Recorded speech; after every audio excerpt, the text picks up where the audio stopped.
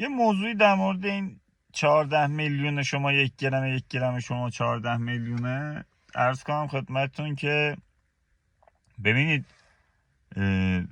شما نباید طلا رو بخری بذاری یه گوشه بگی که خب من این ماه خریدم اوکی بستم. نه، طلا قانونش اینه که شما باید رو مقدار باشی. ما این پیج رو زدیم از اولین روز داریم میگیم مقدار، الانم میگیم مقدار. قیمت طلا مهم نیست. شما اگه به خریدن طلا و عادت خریدن طلا رو نداشته باشید، یک جایی مجبورید این طلا رو بفروشید، بدید به امورات زندگی معمولی، بدید به گوشت و مرغ و اجاره و هزینه ماشین و شما باید به خریدن طلاتون ادامه بدید.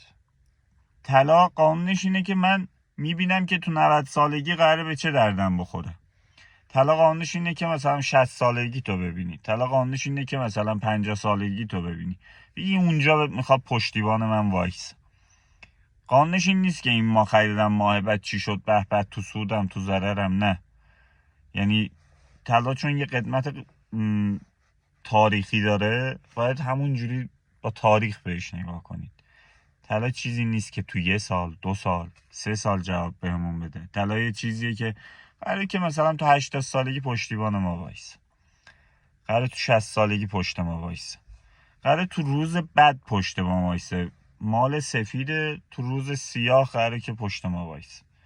پس باید به عادت خرید و به مقدار خرید دقت کنید. شما مقدار طلاتون مهمه، نه قیمت طلاتون. طلا میتونه هر قیمتی باشه. خب تورم دلار اونس جهانی همه چی به علیه ماه و قراره همینجوری هم باشه فعلا. اگه میخواید یه پشتوانه قوی داشته باشید، به خریدن طلا به وزن طلاتون اهمیت بدید، نه به مقدار قیمتی طلا.